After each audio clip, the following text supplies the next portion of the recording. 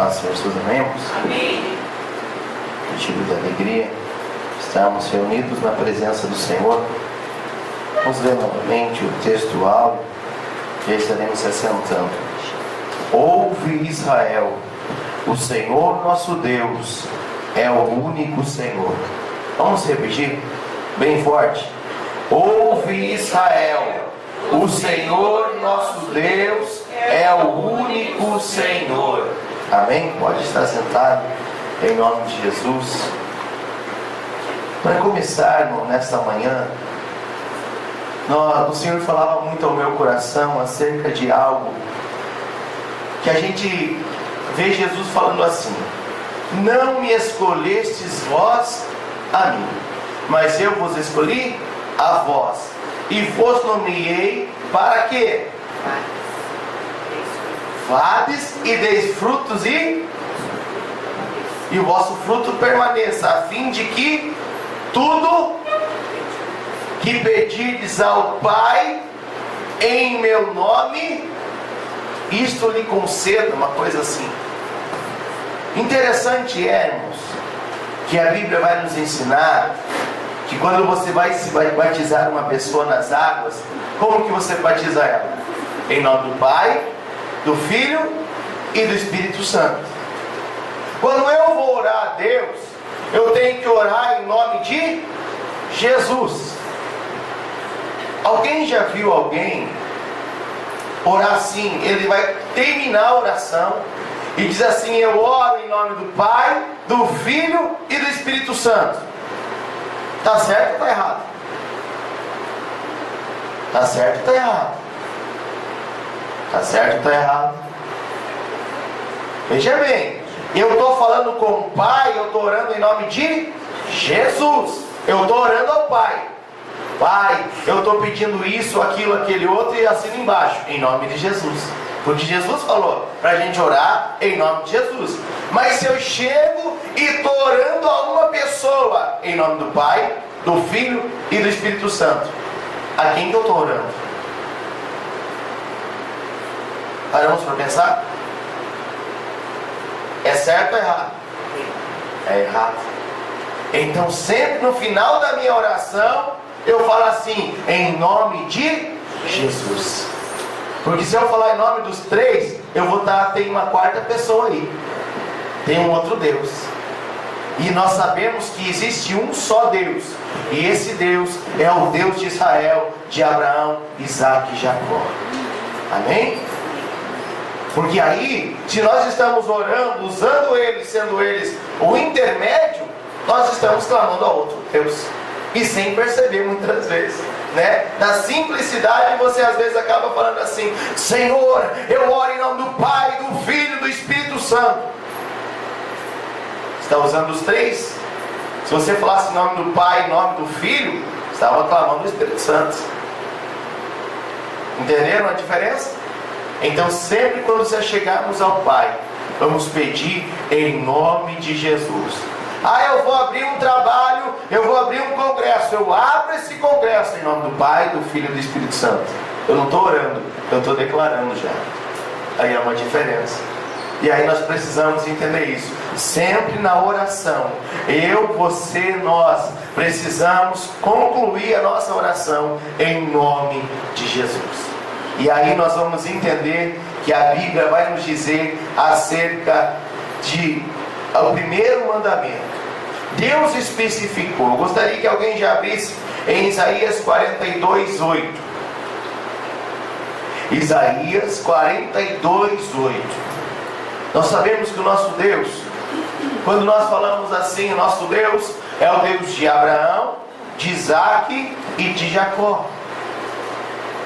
Nosso Deus é o Deus que faz promessa. O nosso Deus é o Deus que cumpre promessa. O nosso Deus é o Deus que chama. O nosso Deus é o Deus que escolhe. Quando nós falamos isso, nós estamos automaticamente dizendo: o nosso Deus é o Deus que faz promessa. O Deus de Abraão fez promessa para Abraão. O Deus de Isaac é o Deus que cumpre promessa. E o Deus de Jacó é o Deus que escolhe, é o Deus que separa, é o Deus que faz a obra. Alguém achou em Isaías 42:8?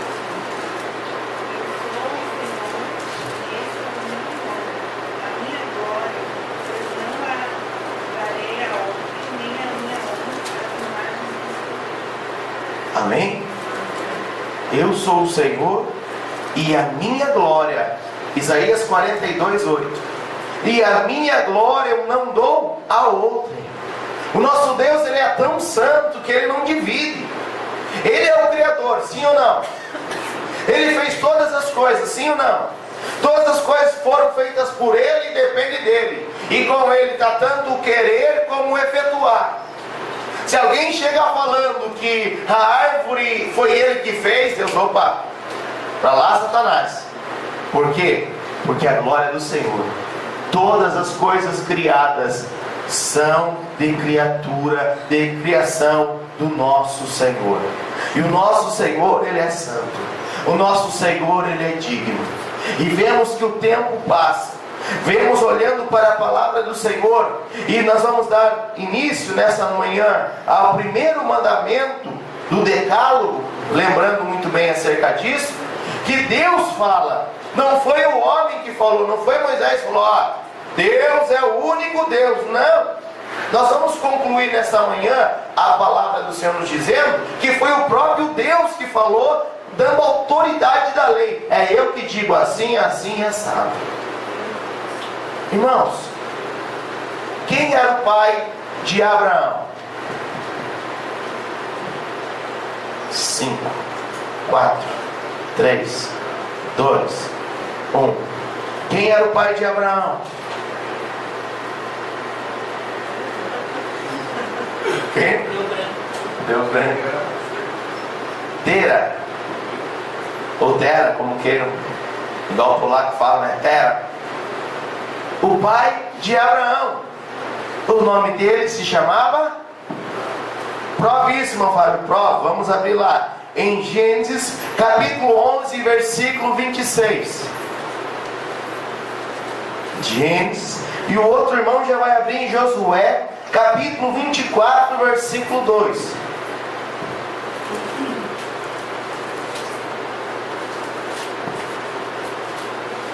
Gênesis, capítulo 11, versículo 26. Quem achou pode ler.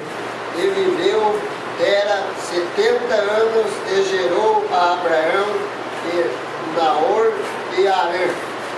Amém. Viveu Tera 60 anos, isso? 60 anos. E gerou Abraão, Naor e Harã. 70 anos. 70 anos, amém. E o terceiro é o pai de Ló. E aí você vai ver que Ló é sobrinho de Abraão. Então nós vemos algo, que Tera era o pai de Abraão. Josué 24:2. Quem achou da glória aí diz. Então Josué disse a todo o povo: assim diz o Senhor, Deus de Israel: além do rio antigamente habitaram vossos pais, Tera, pai de Abraão e pai de Naor, e serviram a outros deuses. Que serviram a outros deuses. Há uma história extra-bíblica que vai confirmar sim que Tera era politeísta. O que é isso? Politeísta, ele adorava vários deuses. Nós somos monoteístas, nós adoramos a um Deus só. O nosso Deus é o único Senhor e nós adoramos a um só Deus. Josué capítulo 24, versículo 22, Josué está explicando para o povo, está dizendo o que está acontecendo, e aí ele chega e faz algo. Ei, lá na época passada, Tera, ele era politeísta, ele adorava a muitos deuses. E agora 24:15 de Josué. Vamos abrir lá em 24:15, talvez você já sabe de cor. Josué, capítulo 24 e versículo de número 15. Porém, se vós parecesse mal aos vossos olhos, servi ao Senhor. Escolhei hoje a quem servais, e os deuses a quem serviram vossos pais, que estavam da além do rio, ou os deuses dos amorreus, em cuja terra habitais. Porém, eu e a minha casa serviremos ao Senhor. Amém. Porém, eu e a minha casa serviremos ao Senhor. Mas ele estava dando uma opção. Ei, Hoje é o dia de vocês escolherem a quem vocês querem servir. Ele chega porque havia muitos deuses, entre aspas, pseudo-deuses, deuses falsos, havia muitos. E aí vem Josué com a sua sabedoria e fala: hoje é o dia que vocês precisam escolher qual é o Deus a qual vocês vão servir. Porém, eu e a minha casa serviremos ao Senhor. Porém, eu e a minha casa serviremos ao Senhor. E quando começamos a introdução aqui, a lição diz assim: o primeiro mandamento vai além da proibição à idolatria. Idolatria é o segundo mandamento. Não terás outros deuses diante de mim. Não farás imagens de escultura, perdão. É contra o politeísmo, seja em pensamento e seja em palavras. Politeísmo, vários deuses, mais do que um Deus. E Deus estava dizendo, ele falando para Moisés, que ele era o único Senhor, o único Deus. E com isso nós aprendemos algo muito interessante nesta manhã: que o nosso Deus é o único Deus. E partindo desse princípio, eu vou estar sendo servo dele, e tudo aquilo que passa de Deus não é Deus. Tudo aquilo que se apresenta dizendo que é Deus, não é Deus. Então, com esse princípio, a Bíblia vai nos dizer que o nosso Senhor, ele é santo. Mas ele pede para Moisés: não terás outros deuses diante de mim. Em outras palavras, ele estava falando o que ele pede para Isaías escrever: não darei a minha glória a outro. Ele não estava aqui falando que não era para adorar. Ele estava falando que não era para ter outras pessoas do lado. Por quê? Porque quando se tem opção de dois ou mais, você não fica a cabeça meio pensativa? Não é assim? A partir do momento que você tem opção de escolha, você fica pensativo: o que eu faço? Quem que eu adoro? Qual que é o verdadeiro Deus? O que está certo? O que está errado? O que eu preciso melhorar? O que eu preciso fazer? E aí começamos a entender algo interessante. Começamos a entender que o nosso Deus, ele está dizendo: ei, não terás outros deuses diante de mim. E qual era o propósito disso? O propósito era levar Israel a amar e a temer a Deus, e a adorar somente a Ele com sinceridade. Lembrando que a palavra sinceridade vem da palavra sincera, sem máscara, sem falsidade. Quando eu sou sincero diante do Senhor, eu temo a Ele. E uma coisa que nós precisamos aprender: eu não posso ensinar ninguém a ter medo de Deus. Eu preciso ensinar o outro a respeitar o Senhor. Não podemos falar para a criança que isso, aquilo, aquele outro, senão aquilo. Não podemos colocar um medo. Nós temos que aproximar e dizer para a criança: Deus é bom, Deus te ama, respeite Ele e você vai viver. Respeite Ele que você vai aprender. Respeite Ele que você vai crescer na presença dEle. É o respeito. Pelo medo a gente faz coisas erradas, não é assim? Muitas das vezes faz, mas por medo, com raiva, com angústia, com amargura. Eu vou fazer, porque senão Deus me mata. Eu vou fazer, senão Deus faz isso comigo. Eu vou fazer, senão isso. Partindo de um ministério: eu vou fazer, senão Deus prova a minha casa. A gente ouve isso, né? Eu tenho que fazer isso, senão, meu Deus, se eu não fizer, Deus me mata. Não é por aí. Nós precisamos aprender a respeitar o nome santo do Senhor, a respeitar o nosso Senhor. Deus libertou os israelitas da escravidão do Egito, e por essa razão tem o direito ao senhorio sobre eles, da mesma maneira que Cristo nos redimiu e se tornou o Senhor absoluto da nossa vida. Quando o Senhor nosso Deus usa Moisés para resgatar aquele povo lá do Egito, que já estavam há quantos anos lá? 430 anos. Deus usa Moisés para resgatar o povo. O que acontece? O Senhor chega lá no deserto e fala: vocês são propriedade particular. Vocês são propriedade peculiar. Deus estava falando: vocês são a minha joia. Vocês são algo de muito valor para mim. Vocês são meus. Porque Ele tirou o povo do Egito. E agora Ele tem a direção e a graça de dizer: esse povo é meu. E agora trazemos para a época da graça. Jesus faz o quê? Jesus vai lá, nos salva, Jesus vai lá, nos liberta, Jesus vai lá, nos restaura, e agora o que Ele é nosso? Senhor. Amém, irmãos? Ele é o teu Senhor? Muitas das vezes a gente vê pessoas aceitando a Jesus como Salvador. Salvador é muito bom. Salvador livra. Salvador tira o peso. Salvador faz coisas. Salvador abençoa. Mas o Senhor? E como o Senhor, que parte de um princípio, sendo Ele Senhor, logo eu sou o servo. Logo eu sou um instrumento. Logo Ele está acima, logo eu estou abaixo. E o Senhor nessa manhã quer ser o nosso Senhor, o nosso único Senhor. A autoridade da lei. A forma introdutória do Decálogo, os 10 mandamentos estão registrados em 2 lugares na Bíblia. A forma introdutória: então falou Deus todas essas palavras dizendo, é característica única, como disse o rabino erudito bíblico Ben Jacob. Nós não temos um segundo exemplo de tal sentença introdutória. Não. A autoridade da lei. Tem valor essa palavra? Não. Essa lei, foi o homem que escreveu? Foi. Mas quem que falou? Deus.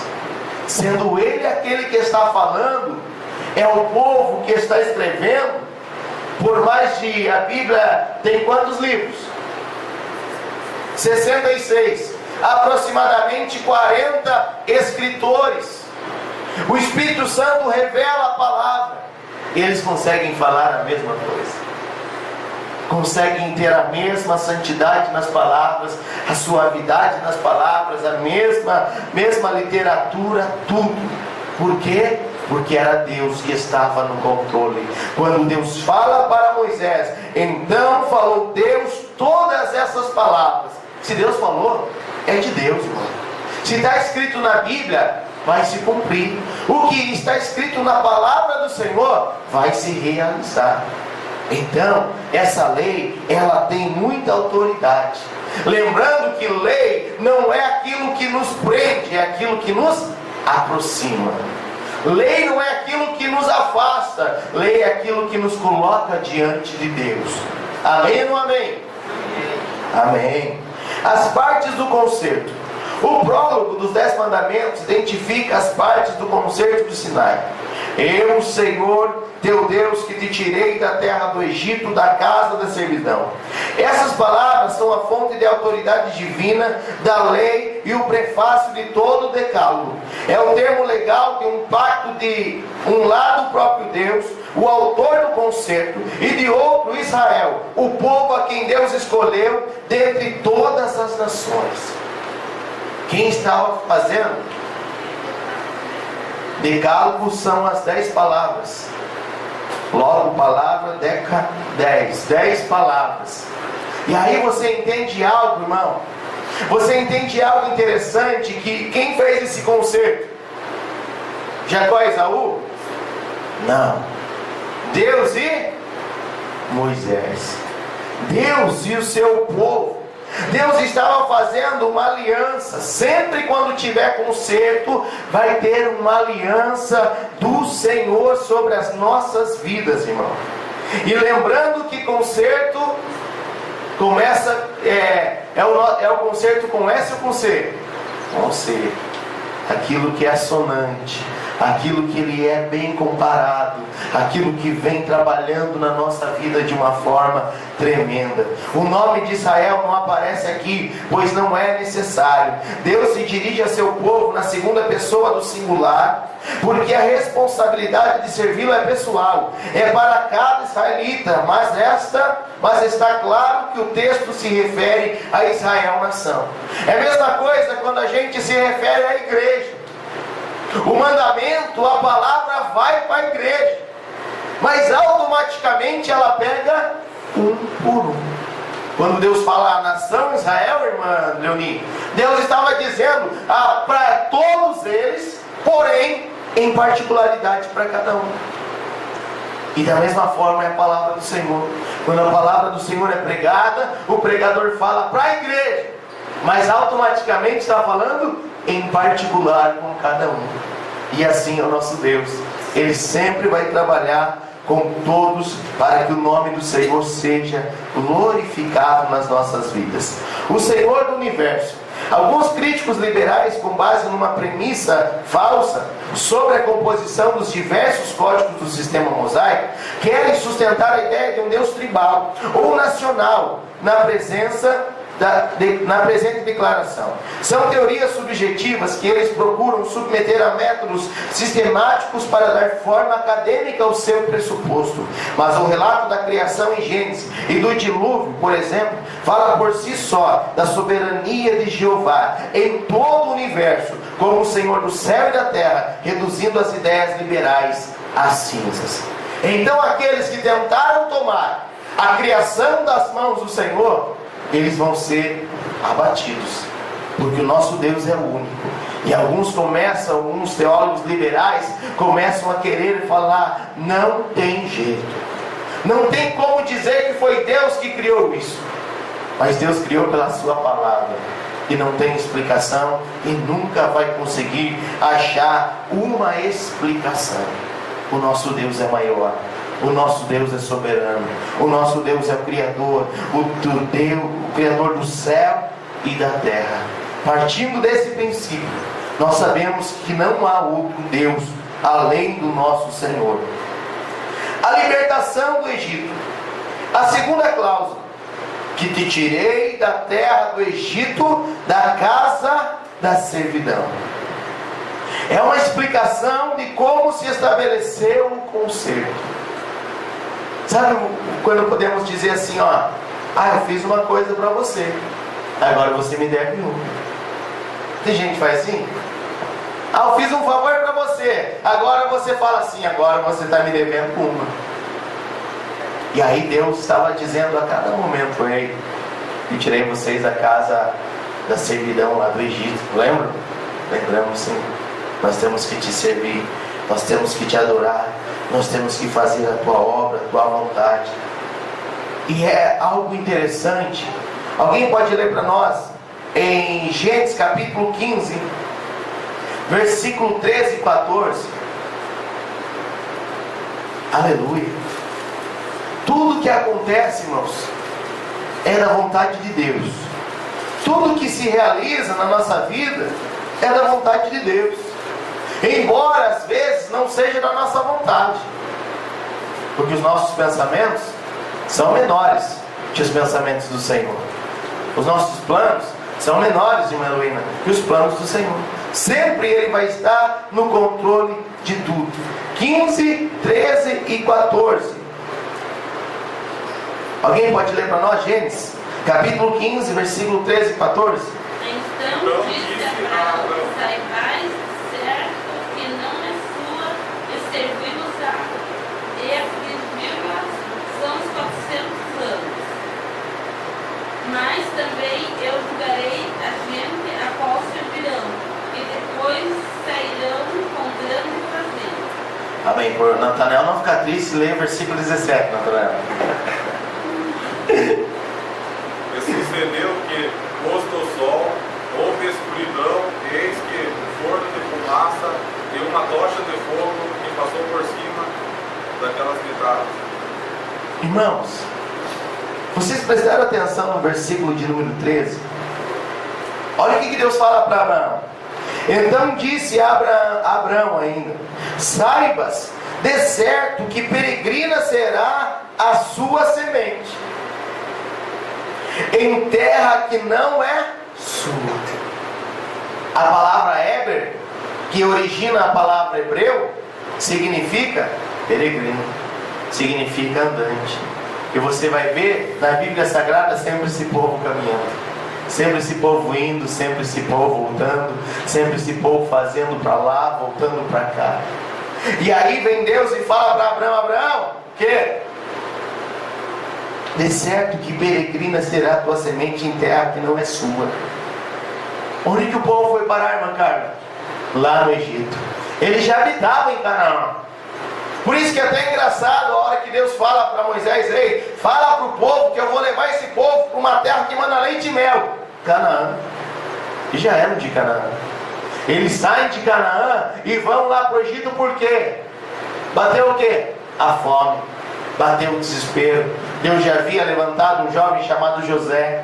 José, esse homem, um homem santo diante de Deus. E aqui eu me lembro de algo.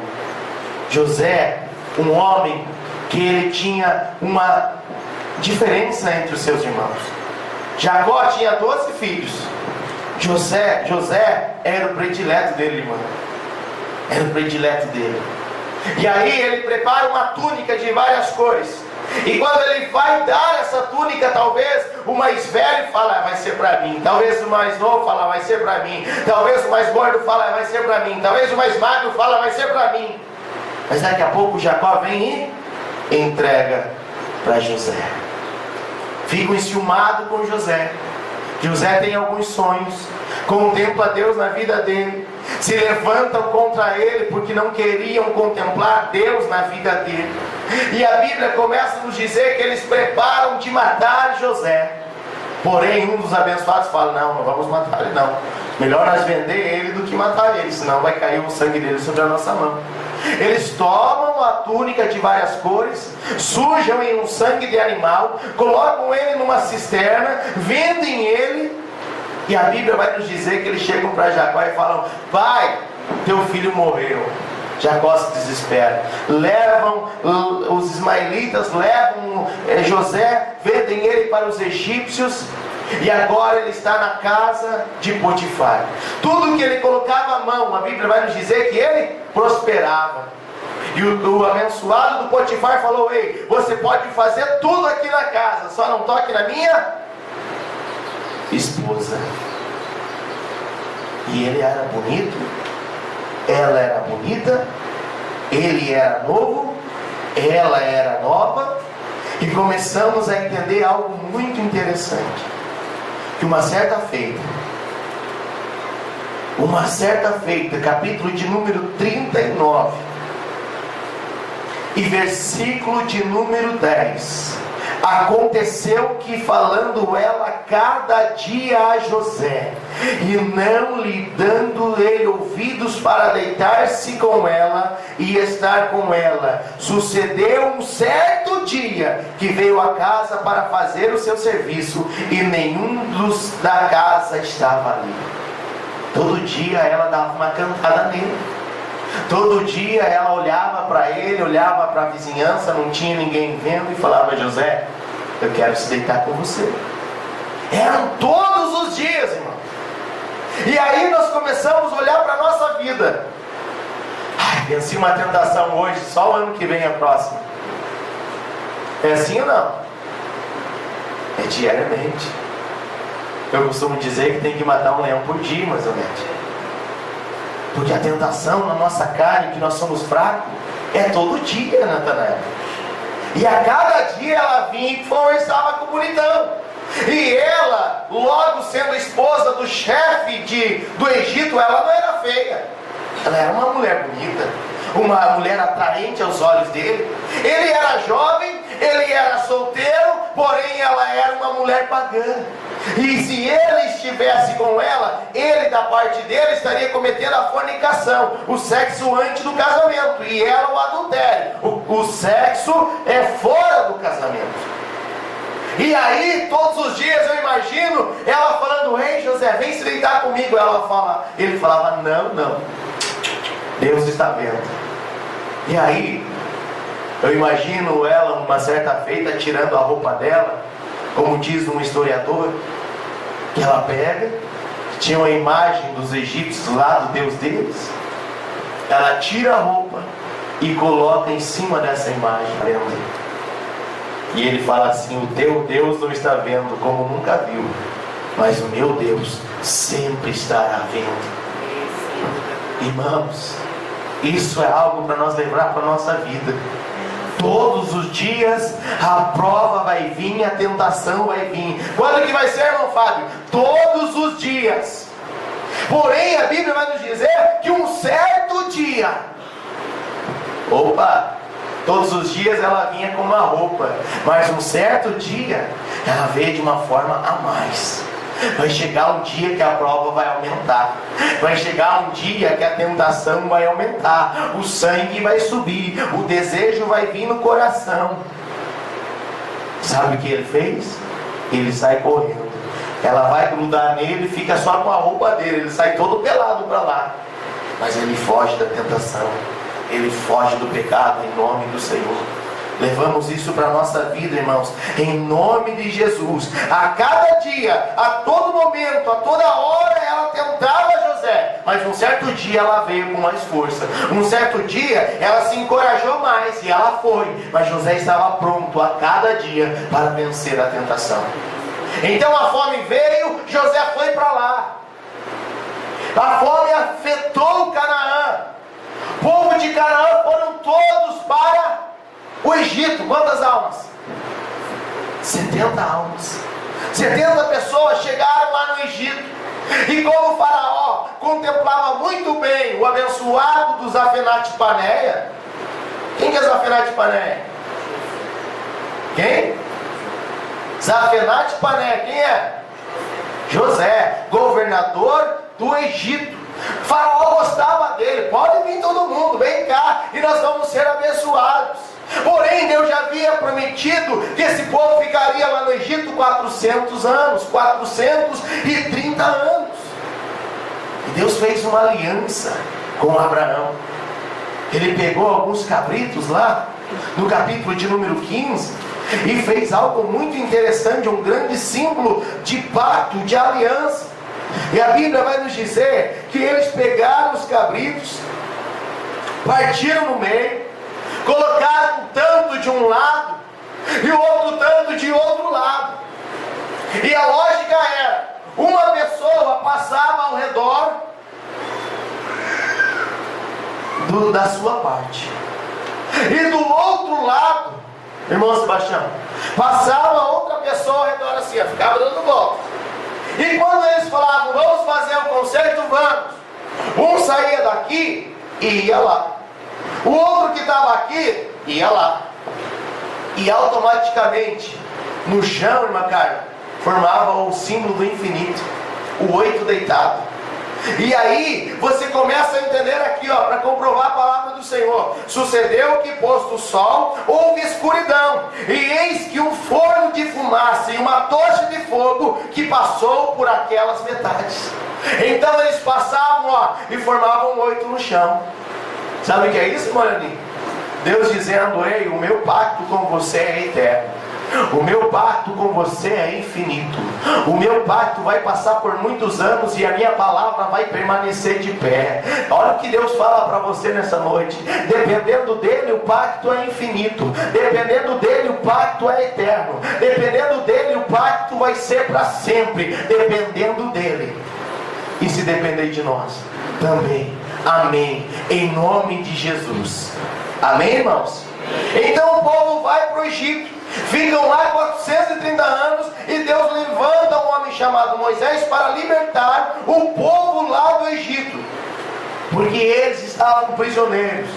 Como o irmão Paulo ontem pregou a palavra do Senhor com muita graça e muita unção, dizendo sobre Moisés, sobre o povo que estava saindo. E a Bíblia vai nos dizer, a lição vai nos dizer: a libertação de Israel do Egito prefigura a nossa redenção, pois éramos prisioneiros do pecado e Cristo nos libertou. João capítulo 8, versículo 32. Sem olhar na Bíblia. Conhecereis a verdade e a verdade vos libertará. Capítulo 8, versículo 36. Fala, irmão Natanel. Se pois o Filho vos libertar, verdadeiramente vos sereis livres. Então Deus estava trabalhando lá através de Moisés, mas já estava prefigurando algo lá na frente através de Jesus. Jesus veio para nos libertar do pecado. É legítimo o senhorio de Deus sobre Israel, da mesma maneira que o Senhor Jesus Cristo tem o direito de reinar em nossa vida. Ele é o nosso Senhor, Ele é o nosso Rei, Ele é o único Deus nosso. Amém? Amém. Amém, irmãos? Amém. Glória a Deus. Então olhamos aqui, a autoridade da lei está manifesta na fórmula. Então falou Deus todas as palavras, dizendo. Essa palavra tem uma autoridade sim, ela é profunda, ela vem de encontro ao nosso coração a cada dia. Vamos adiantar que o tempo passa. Primeiro mandamento, um código monoteísta. O pensamento principal do primeiro mandamento abrange a singularidade e a exclusividade de Deus. Deus é singular ou Deus é plural? O nosso Deus é singular. Ele é único, Ele é ímpar, Ele é incomparável, Ele é exclusivo. Ele é exclusivo na nossa vida. Esse mandamento é o fundamento da vida em Israel, a base de toda a lei e de toda a Bíblia. Jeová é o único e verdadeiro Deus, e somente Ele deve ser adorado. Quem que falou isso? Em Mateus 4:10. O José? A Maria? Não. Jesus. Somente a Ele servirás, e só a Ele adorarás. Jesus estava falando isso para quem? Para um homem qualquer? Não. Para o Chico Tripa, para o diabo. Ele está dizendo: ei, só a Deus adorarás. É a primeira vez que um código de lei apresenta a existência de um só Deus. Não terás outros deuses. Os povos da antiguidade eram politeístas, pois adoravam a vários deuses. Você vai ver rapidamente em Êxodo o povo egípcio tendo vários deuses, e Deus usando as pragas, que significam... O que uma praga significa, que eu já falei aqui? Deus estava usando a praga para trabalhar no meio do povo egípcio. Fala, Gabriel. O que significa praga? Golpe. E esses golpes o Senhor estava dando em quem? Nos deuses egípcios. Então quando Deus se apresenta, comece a imaginar, comece a pensar, feche os olhos e volte lá para as pirâmides. Imagine assim centenas de deuses. O pó era Deus, o sol era Deus, o boi era Deus, o piolho era Deus, tudo era Deus, a água era Deus. E agora Deus tira esse povo lá do politeísmo e traz esse povo para o deserto. E lá no deserto Deus fala que vai mudar um negócio aí. Só vai ter um Deus agora. Todos aqueles vocês vão se esquecer. E vai ter só um Deus.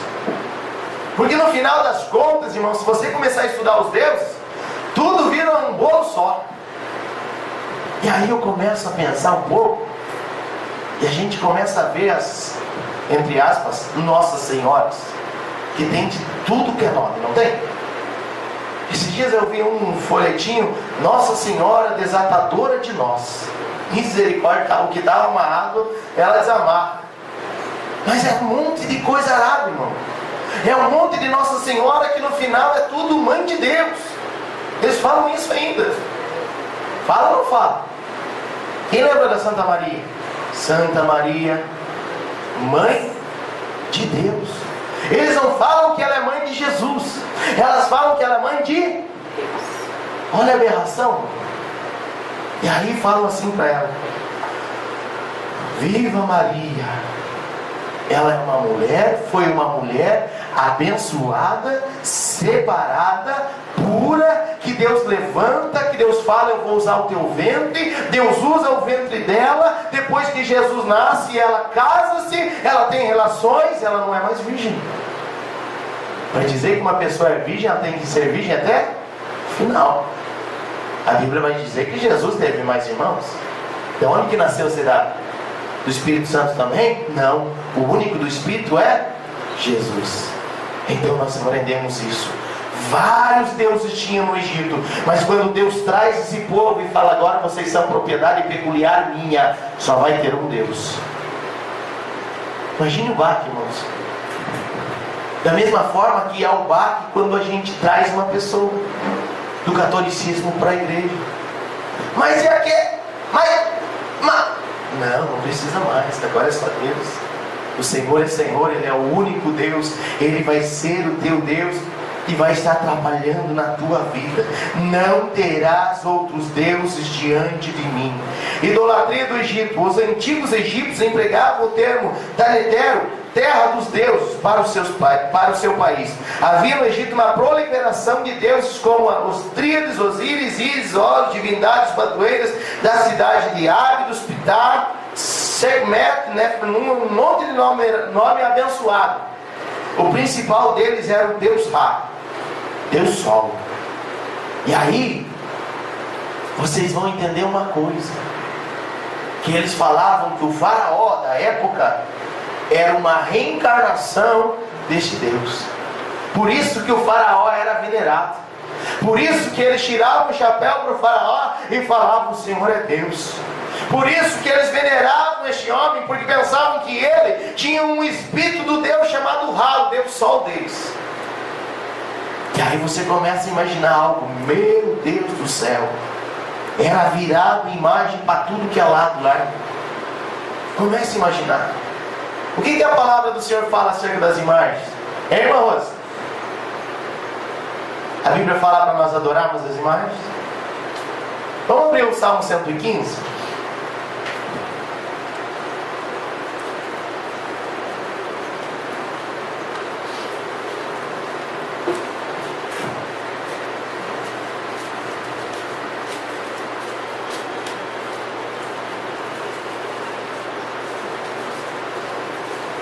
Salmo de número 115.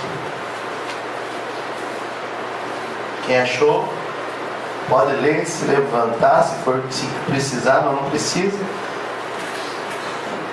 Não a nós, Senhor, não a nós, mas ao teu nome da glória, por amor da tua benignidade e da tua verdade. Porque dirão as nações: onde está o seu Deus? Mas o nosso Deus está nos céus, faz tudo o que lhe apraz. Os ídolos deles são prata e ouro, obras das mãos dos homens. Tem boca, mas não falam, tem olhos, mas não veem, tem ouvidos, mas não ouvem, tem nariz, mas não cheiram, tem mãos, mas não apalpam, tem pés, mas não andam. Nem som algum sai da sua garganta. Torne-se semelhante a eles os que o fazem, e todos os que neles confiam. Confia, ó Israel, no Senhor. Ele é o seu auxílio e seu escudo. Casa de Arão, confia no Senhor, Ele é o seu auxílio e seu escudo. Vós os que temeis ao Senhor, confiai no Senhor, Ele é seu auxílio e seu escudo. O Senhor que se lembrou de nós, abençoará.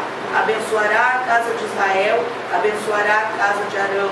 Abençoará os que temem ao Senhor, tanto pequenos como grandes. O Senhor vos aumentará cada vez mais a vós e a vossos filhos. Sede benditos o Senhor que fez os céus e a terra. Os céus são os céus do Senhor, mas a terra deu a eles, aos filhos dos homens. Os mortos não louvam ao Senhor, nem os que descem ao silêncio.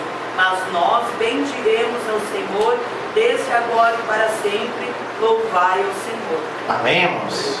Não a nós, Senhor, não a nós, mas ao teu reino, ao teu nome da glória, por amor da tua benignidade. E começa a falar dos deuses. Eles têm boca, mas não falam. Tem ouvidos, mas não ouvem. Tem olhos, mas não veem. Tem boca, mas só algum sai da sua garganta.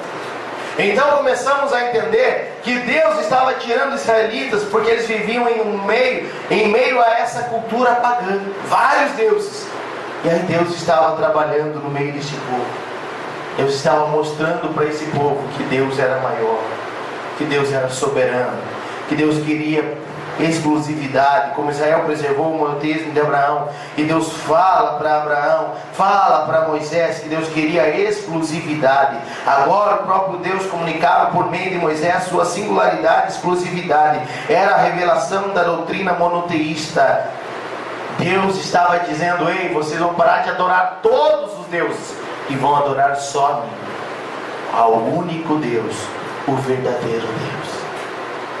Alguém lembra de uma palavra chamada Areópago? Areópago? Lorene, lembra ou não? Tiago? Macarna? Marjuliano? Mariane? No lugar do Paulo pegou, né? Isso. Paulo chega em Atenas. Paulo chega em Atenas e começa a observar. E Paulo começa a conversar com eles. E eles gostavam de ouvir uma conversa nova. Chegava alguém e eles falavam: vamos ver o que o paroleiro quer falar. Paroleiro significa tagarela. O homem falava mesmo. Paulo falava e começava a explicar. E aí eles chegaram na praça: vamos lá para o Areópago, lá para a nossa colina dos Ares. E aí Paulo veio imagem de tudo que é tipo, irmão. Comece a imaginar a imagem de tudo que é tipo, multiplique por 100. Tudo que é tipo de imagem. Paulo começa a examinar, e ele querendo uma brecha para começar a pregar, e daqui a pouco ele vê um altar sem um Deus, e escrito o quê? Ao Deus desconhecido. E aí a bola ficou quicando para ele começou a pregar. A esse Deus, a qual vocês não conhecem, eu vim lhes anunciar. Ele começa a pregar, e começa a explicar, e começa a fazer uma apologia. O que é apologia? Uma defesa. Eu vou defender minha fé, eu vou defender a palavra do Senhor, eu vou defender o meu Deus, eu vou defender, porque eu preciso ser um crente que faz apologia à palavra do Senhor. Ele vai estar defendendo a palavra, ele vai estar defendendo a sua família, ele vai estar defendendo a sua casa, ele vai estar defendendo a sua congregação em nome de Jesus. Amém ou não amém? Paulo começa a pregar. Só que quando o povo não quer ouvir, sabe o que eles falaram? Acerca disso, te ouviremos outra hora. Porém, 2 pessoas se convertem naquele dia: Dionísio e Dâmaris. 2 pessoas se convertem para a honra e para a glória do Senhor. Será que nós estamos preparados para fazer uma apologia ao nosso Deus? Uma conversa que entra, e aí você: não, irmão Fábio, religião não se discute. A nossa forma de escapar é essa palavrinha. Futebol, religião não se discute, não é isso que o povo fala? Porém nós temos que ser apologetas aonde nós estivermos. Estão conversando ali, daqui a pouco começam a falar mal de Jesus. Pois é, rapaz, eu conheço Jesus, a qual vocês não conhecem, que estão falando mal dele. Eu conheço Jesus. Será que nós, igreja, estamos preparados para isso? Fazer uma apologia, começar a defender Jesus dentro da nossa própria casa, dentro da nossa família, onde nós trabalhamos. Nós precisamos questionar isso para nós mesmos, para que o nome do Senhor seja glorificado. Agora vem uma palavrinha meio esquisita, irmãos. Alguns eu sei que já conhecem. Exegese do primeiro mandamento. Que bicho é esse, irmão Fábio? Alguém lembra o que é exegese? Não, irmã Lene? Exegese é você pegar um versículo da palavra do Senhor, por exemplo, pode pegar um texto, um capítulo, e fazer a exegese dele. Tirar do texto, irmão Sebastião, aquilo que o texto quer dizer. Você não coloca mais nada dele, não acrescenta nada no texto, só vai tirar pormenores das palavras. Você vai para o hebraico, você vai para o grego, e você começa a entender o que verdadeiramente esse texto quer dizer. Exegese. Eu fiz uma exegese ontem, fui preparar uma mensagem. Eu fiz uma exegese de um versículo lá, e pense o que Deus revelou para mim. Não é assim? Eu vou estudar um versículo lá, e comecei a estudar as palavras, a criação das palavras, a formação das palavras, e comecei a ver algo novo. Só que tem um problema. Tem exegese e tem... qual é a outra palavrinha? Igual praticamente. Qual? Exegese e exegese. Tem diferença? Tem. Exegese: eu tiro do texto o que o texto está dizendo. Exegese, eu coloco no texto o que o texto não está dizendo. Olha o problema que dá para a igreja. Olha o problema que dá para nós que pregamos, que damos aula. Tirar algo é muito bom. Fazer uma exegese, olhar no versículo e ver o que ele quer dizer ao pé da letra. Você vai para o texto, vai para o contexto, prega mais um comentário lá para confrontar, para dizer, para comprovar. É isso mesmo. O problema é a exegese. Acrescentar aquilo que o texto não quer dizer. É um grande problema. É um grande problema, por isso que aqui o autor da lição vai fazer a exegese do primeiro mandamento. Ele vai pegar as palavras e vai colocar o pé na letra do hebraico para nos dizer o que significa realmente. É isso. Basicamente é isso. Trazer para o nosso português, que é algo que perdeu muito foco quando sai do hebraico, quando sai do grego, para trazer para o nosso português, ele perde um pouco dos sentidos. A transliteração da palavra. E aí nós começamos a entender aqui a exegese. Outros deuses. As palavras hebraicas Aherim e Elohim, outros deuses, referem-se aos falsos deuses. O substantivo Elohim se aplica tanto ao Deus verdadeiro como aos deuses das nações. No primeiro caso, é usado para expressar o conceito universal da deidade, como encontramos no capítulo 1 inteiro de Gênesis, pois expressa a plenitude das excelências divinas. Então está falando do Deus, o Deus criador, Elohim. O ponto de discussão: a expressão diante de mim, em hebraico, Alpanai, é termo de significado amplo. Além de mim, não terás outros deuses além de mim, acima de mim, ao meu lado, oposto a mim, etc. Essa variedade de sentido pode levar alguém a pensar que o primeiro mandamento não proíbe o culto dos deuses, mas a adoração aos deuses diante de Deus. Como que se Deus estivesse assim falando: quando não estiver na minha presença, vocês podem adorar Ele. Porque Ele diz o quê? Não porás outros deuses diante de mim, do meu lado, acima, abaixo. Aparentemente dá a entender isso, mas não. Deus também proíbe a idolatria. Deus também proíbe dividir a glória dele com outrem. Há quem defenda tal interpretação, mas é engano, pois o propósito de Alpanai aqui é mostrar que só Jeová é Deus. Não existe nenhum Deus além de Deus de Israel. Os deuses só existem na mente dos gentios e não são reais. Os ídolos que os pagãos adoram são os próprios demônios. Alguém abra para nós em 1 Coríntios capítulo 8, versículos 5 e 6. Aleluia. 1 Coríntios capítulo 8, versículos 5 e 6.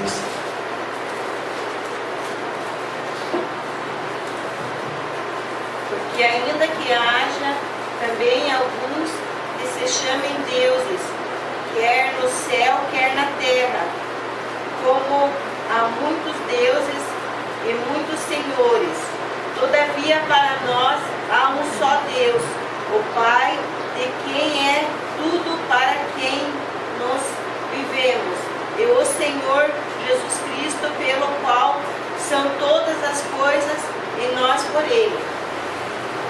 Amém, irmãos? Então Deus está falando que Ele é o único Deus. Ele é o único Senhor. Mateus 6, 24. Quem pode ler para nós? Aleluia.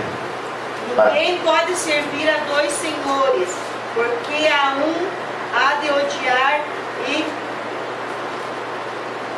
e amar ao outro, ou se dedicará a um e desprezará o outro.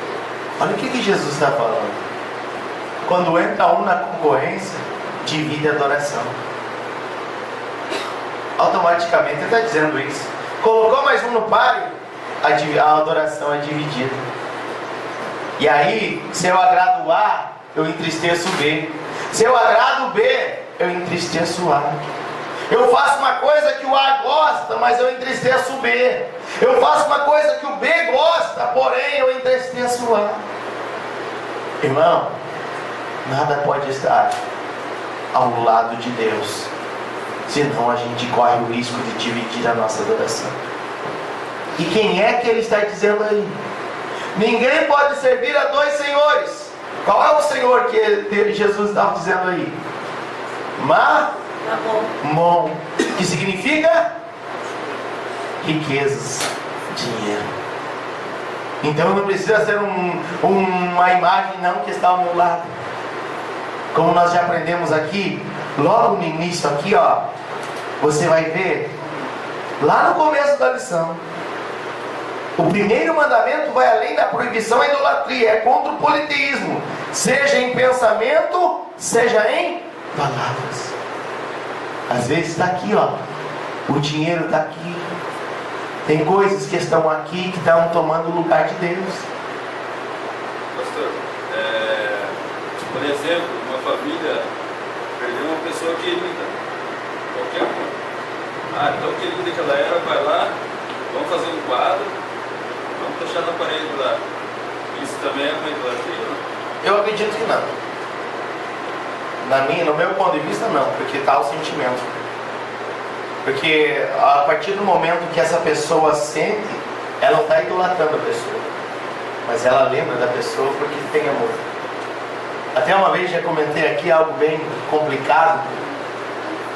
Pessoas comentavam que crente não pode chorar em velório. Onde já se viu uma coisa dessa? Jesus chorou. Jesus chorou? Por que o crente não pode chorar? Não, você sabe que ele está salvo, você vai se encontrar com ele, você não pode chorar. Sentimento, nós somos carne. A vontade de Deus foi recolher, mas a gente vai estar chorando por quê?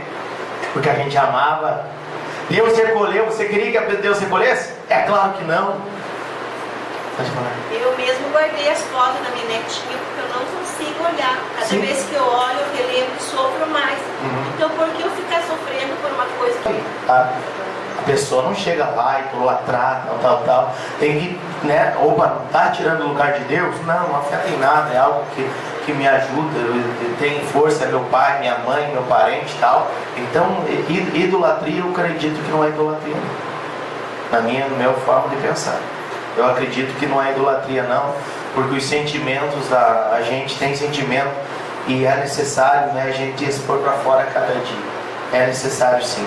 Que nem eu preguei aqui esses dias. A alegria só vem pela manhã, se você chorar de noite. Se você jogar para fora aquilo que está lá dentro, vai contemplar a alegria. E dessa forma, eu acho que é necessário. A gente sempre está buscando a presença do Senhor e não pode deixar fazer com que isso venha dividir o Senhor, né? Então isso é muito interessante. Politeísmo é a prática de adoração a mais de uma divindade. Esta era a prática dos cananeus e de todos os povos da antiguidade, e continua ainda hoje em muitas culturas. O termo vem da língua grega, reunindo polis, muito, e teos, Deus. Isso significa que o politeísta serve e adora vários deuses, e não o simples fato de reconhecer a existência deles. Trata-se de um sistema oposto ao monoteísmo, monos, único, a crença em um só Deus revelado nas Escrituras. Os deuses só existem na mente dos gentios, e não são reais. Os ídolos são os próprios demônios. Monoteísmo. Os mandamentos, os estatutos e os juízos. Essas palavras denotam toda a lei do conselho. A pedido do próprio povo, Moisés passa a relatar a partir daqui as palavras que Deus lhe disse no monte. A ordem aqui tem por objetivo estreitar a relação de Deus com os filhos de Israel, quando entrarem na terra prometida. O povo precisava ser instruído para viver em obediência e no temor de Jeová, e assim possuir a terra dos cananeus por herança. Então, como eu já falei, essa lei que o Senhor veio para colocar, para outorgar o povo, não era para destruir o povo, e sim para arrebanhar o povo, e sim para se aproximar o povo dele, através da sua lei, através da sua palavra. através da sua direção. Ele tinha os mandamentos, ele tinha as formas, e aí Deus estaria trabalhando de uma forma sobrenatural. O maior de todos os mandamentos. Note que a frase, o Senhor nosso Deus é o único Senhor, é citada por Jesus Cristo como parte do primeiro grande mandamento da lei. Alguém pode abrir para nós Marcos 12, 29 ao 30? Evangelho de Jesus Cristo, segundo escreveu Marcos, no capítulo de número 12, versículo 29 e 30. E Jesus respondeu-lhe: o primeiro de todos os mandamentos é: ouve, Israel, o Senhor nosso Deus é o único Senhor. Amarás, pois, ao Senhor teu Deus de todo o teu coração e de toda a tua alma, e de todo o teu entendimento e de todas as tuas forças. Este é o primeiro mandamento. Este é o primeiro mandamento, amém? Amarás o Senhor teu Deus. O Senhor nosso Deus é o único Deus. A trindade na unidade. A palavra hebraica usada aqui indica uma unidade composta. Por isso o monoteísmo judaico-cristão não contradiz a doutrina da trindade. Opa! Estamos falando de um Deus que, além dele ser um, ele também é três. Compromete o monoteísmo, sim ou não? Não. Não são três deuses distintos. Os três deuses são um. Qual foi o exemplo dado semana passada? Qual foi o exemplo dado acerca da trindade na semana passada? Deus Pai, Deus Filho, Deus Espírito Santo. Alguém lembra? Lembra, irmão Sebastião?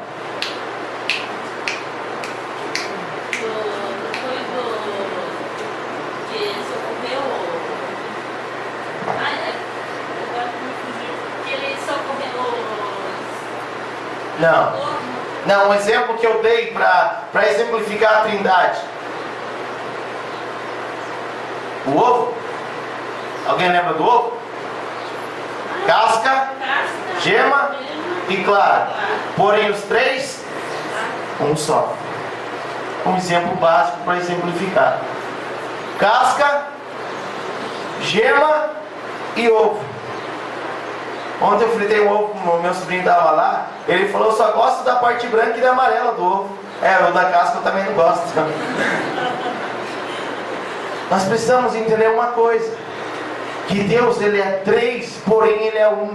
E não compromete para alguém venha dizer: vocês são politeístas. Não, nós somos monoteístas. Por quê? Porque a palavra dizer união, aqui ó, a mesma palavra é usada para afirmar que marido e mulher são uma só carne. A expressão único Senhor se traduz também por o Senhor é um. A Bíblia hebraica, a tradução judaica do Antigo Testamento, para o português traduz o termo como o eterno é um só. Além disso, vemos a trindade indiretamente em todo o Antigo Testamento. O Novo Testamento tornou explícito o que dantes estava implícito com a manifestação do Filho de Deus. O Senhor veio para manifestar. O Senhor, até então, eles não conseguiam discernir, para melhor resumir, eles não conseguiam discernir até aparecer Jesus. Deus era Deus. O Espírito Santo no Antigo Testamento vinha, usava a pessoa e voltava. Agora vem Jesus e apresenta-se como Filho de Deus. Eles já começam a entender. Depois de Atos dos Apóstolos, capítulo 2, aparece o terceiro. O Espírito Santo está direto com o povo. E aí o povo começa a entender. Aquilo que estava guardado, implícito, Jesus começa a trazer para fora. E começa a mostrar para o povo: ei, eu estou na vida de vocês. E aí nós começamos a ver que o nosso Deus é santo. Por isso que aquela palavra, quando diz assim: deixará o homem a sua família e unir-se-á à sua mulher, dá a ideia de unir. E essa ideia de acimentar. Quer cimentar algo? Faça um concreto para você ver. Pegue areia, pegue pedra, pegue cimento e água, mistura bem, forma uma massa consistente, deixa pousar da noite para o dia, e amanhã você vai separar a água, o cimento, a pedra e a areia. Consegue, irmão Sebastião? Jamais. Eu estava discutindo com a mãe esses dias até, Discutindo com a mãe, rapaz, que feio. Sobre o namoro, né? Eu falei dela que, no meu ponto de vista, nós jovens da igreja tinha que ter um ensinamento assim, só para os jovens, que o namoro em parte assim, já é igual ao casamento. A partir de você começa a namorar, você não pode se separar, senão você vai vir pecar. Aí a mãe ela não precisa explicar, porque isso tem dúvida nisso. Se você começa a namorar com a pessoa, acho que pela Bíblia não tem assim, vai ter Deus no céu. Se começou a namorar, já tem que. Acho que na Bíblia nem tem palavra namoro, né? Não, só tem noivado, você vai a mulher e vai buscar cadastro e volta buscar. Dá pra gente bolar um estudo aí, né, pra conversar com os jovens sobre isso. O negócio você falou aí, não. Amém, mas dá pra gente preparar um estudo acerca disso, pra falar com os jovens, né, tratar bem esse assunto, algo bem sério e algo necessário no nosso meio. Irmãos, nós vemos algo interessante. Os deuses que se apresentam a cada dia são os deuses das fantasias pessoais. Os deuses das fantasias pessoais. Pessoas adoram alguns deuses para realizar a sua fantasia, para fechar, para concluir as suas fantasias e os seus desejos. E Deus, nessa noite, estamos aqui nessa manhã, estamos aqui diante do Senhor. Eu peço para você rapidamente abrir a palavra do Senhor no primeiro livro dos Reis, capítulo 18 e versículo 21. Primeiro livro dos Reis, capítulo 18 e versículo 21. Então Elias se chegou e a todo o povo e disse: até quando cocheareis entre dois pensamentos? Se o Senhor é o Deus, seguiu,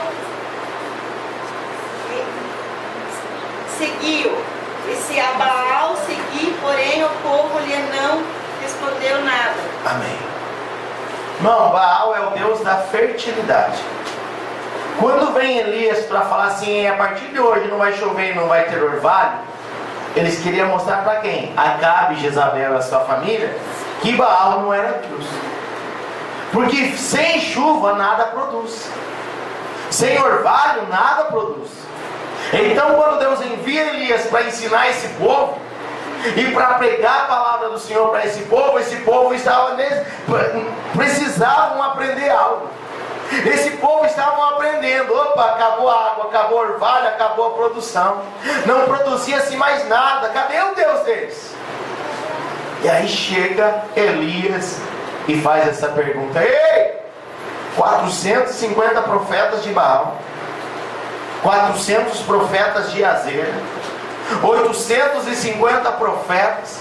Elias, na cara dura, como dizem, chega assim e diz: ei, até quando cocheareis entre dois pensamentos? Se Deus é Deus, seguiu. Se Baal é Deus, seguiu. E o povo não lhe respondeu nada. A palavra cochear vem da palavra mancar. Sabe quem tem uma deficiência na perna, uma mais curta que a outra? Uma hora ele se apoia numa, mas daqui a pouco ele se apoia na outra. E Elias estava dizendo: uma hora vocês estão lá, uma hora vocês estão aqui. Então é necessário entender que há um único Deus. E Deus, quando prepara um sacrifício lá, Deus responde com fogo. E a Bíblia vai dizer que todo o povo começaram a dizer: só o Senhor é Deus. Só o Senhor é Deus. Amém, irmãos? Vai agradecer essa oportunidade em nome de Jesus. Aprendemos na presente lição que Deus revela a si mesmo no seu grande nome, e que nossa adoração deve ser exclusiva, pois Ele é singular. O Espírito Santo mostra que o primeiro mandamento é muito mais que uma simples apologia ao monoteísmo, mas diz essencialmente o que Jesus nos ensinou: ninguém pode servir a dois senhores. Amém? Então que nessa manhã, vamos ler novamente o textual bem alto, irmãos. Ouve, Israel, o Senhor nosso Deus é o único Senhor. Mais uma vez.